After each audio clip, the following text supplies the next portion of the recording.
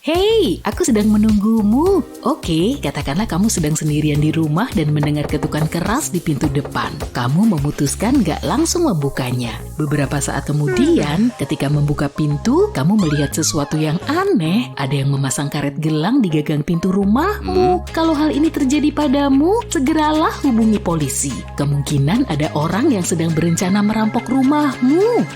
Teknik ini mulai sering digunakan pada tahun 2016, tapi beberapa pencuri mungkin masih menggunakannya. Tujuan memasang karet gelang pada gagang pintu adalah untuk mempersulit seseorang menutup pintu saat terjadi perampokan. Karet gelang ini menahan slot agar tetap terbuka. Dengan cara ini, meskipun korban mencoba menutup pintu dengan membantingnya di hadapan perampok, karet gelang akan mencegah pintu menutup. Sisi positifnya, kita bisa menggunakan teknik yang sama di dalam rumah untuk kepentingan sendiri. Kalau ada pintu yang sering terbanting, coba ikatkan karet gelang pada gagang pintunya. Ketebalan karet akan memperlambat laju pintu dan mencegahnya mengeluarkan bunyi benturan keras saat pintu menutup sendiri. Oh, trik ini juga bisa dicoba kalau ada pintu yang sering macet. Pastikan untuk memasang karet gelang dengan posisi menyilang di depan slotnya. Dengan cara ini, pintu nggak akan menutup atau macet lagi. Simpel kan? Masih soal karet gelang, berikut ini beberapa trik lain yang bisa sedikit memudahkan hidupmu. Kamu nggak perlu lagi bersusah payah membuka stoples acar yang seringkali macet. Ini yang bisa kamu lakukan. Lilitkan karet gelang di sekeliling tutupnya. Mungkin kamu harus melilitkan karet gelang beberapa kali untuk memastikan benar-benar kencang. Itu aja kok. Karet gelang akan memberi gesekan ekstra dan dorongan untuk membuka stoples acar dan produk lainnya dengan lebih mudah. Kalau kamu sedang merenovasi rumah tapi memutuskan untuk melakukannya sendiri, kamu mungkin akan sangat kerepotan. Karet gelang gak akan menolongmu sih, tapi bisa mempermudah proses merapikannya. Lilitkan karet gelang di sekeliling kaleng cat, tapi lakukan secara vertikal. Dengan cara ini akan ada tali yang melintang di bagian atas kaleng cat. Karet gelang ini bisa membantu mencegah cat menetes di pinggiran kaleng. Setelah mencelupkan kuas ke dalam kaleng, pastikan untuk membuang kelebihan cat dengan menyapukan kuas pada karet gelang yang baru dipasang. Semoga berhasil ya! Berikutnya, kabarnya segala sesuatu bisa dilakukan saat melakukan renovasi rumah sendiri. Tapi bisa berhasil maupun tidak, kalau kamu sedang mencari cara untuk menambahkan sentuhan mewah pada rumahmu, cobalah melakukan upcycling dari sesuatu yang sudah kamu punya. Contohnya, tambahkan beberapa wallpaper pada panel belakang rak buku yang terlihat polos dan membosankan. Kamu bahkan bisa bereksperimen dengan motif kalau ingin tampilan yang modern dan trendy. Kamu baru saja membeli banyak Tupperware baru untuk membuat kulkasmu terlihat rapi. Tapi, oh tidak, wadah-wadah baru ini penuh dengan stiker dan label yang harus dikelupas. Dan itu selalu merepotkan. Nah sekarang, gak perlu membuang-buang air panas dan sabun untuk mengelupasnya. Berikut ini yang bisa kamu lakukan. Ambil pengering rambut, tiupkan udara panas langsung ke label selama sekitar 1 menit. Dan selesai, label akan langsung terkelupas. Kalau nggak punya pengering rambut, cukup dekatkan saja ke layar ini dan udara panas dariku akan melepaskannya. Seandainya bisa begitu ya. Kalau memutuskan untuk menata ulang dan merapikan rumahmu, mulailah dengan membuang semua barang yang sudah nggak digunakan selama 2 tahun terakhir. Kita semua menghabiskan banyak waktu untuk mencari barang yang dibutuhkan dalam tumpukan barang-barang yang kita simpan.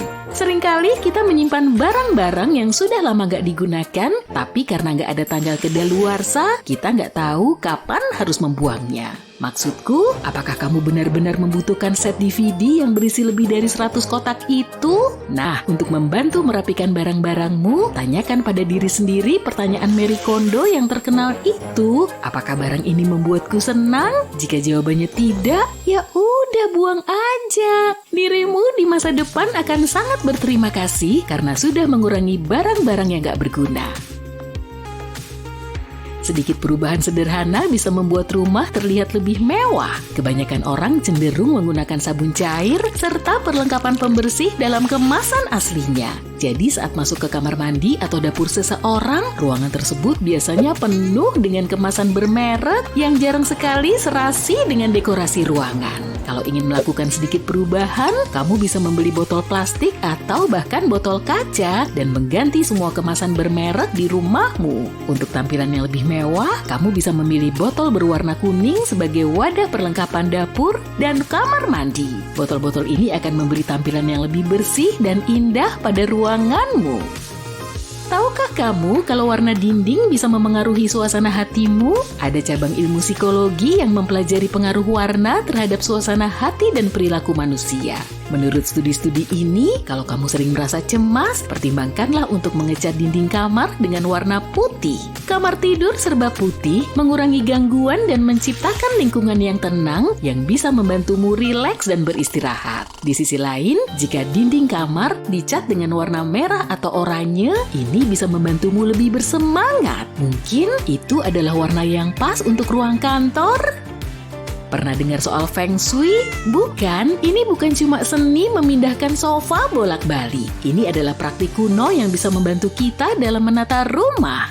Feng berarti angin dan Shui adalah air, unsur-unsur yang biasanya dikaitkan dengan kesehatan dan kesejahteraan. Menurut filosofi ini, rumah yang tertata baik bisa membantu kita mencapai tujuan serta cita-cita hidup dengan lebih mudah. Misalnya, saat merasa sedikit terhambat dalam berkreasi dan gak bisa memunculkan ide-ide kreatif, coba deh tambahkan sedikit kayu di lingkungan kerjamu. Tanaman rumah kecil juga bisa membantu. Menghadirkan unsur bumi akan membantu merasa nyaman dan fokus. Dan ya, meletakkan lilin di sekitar ruangan, terutama lilin aromatik, juga bisa membantumu mendapatkan inspirasi dan semangat.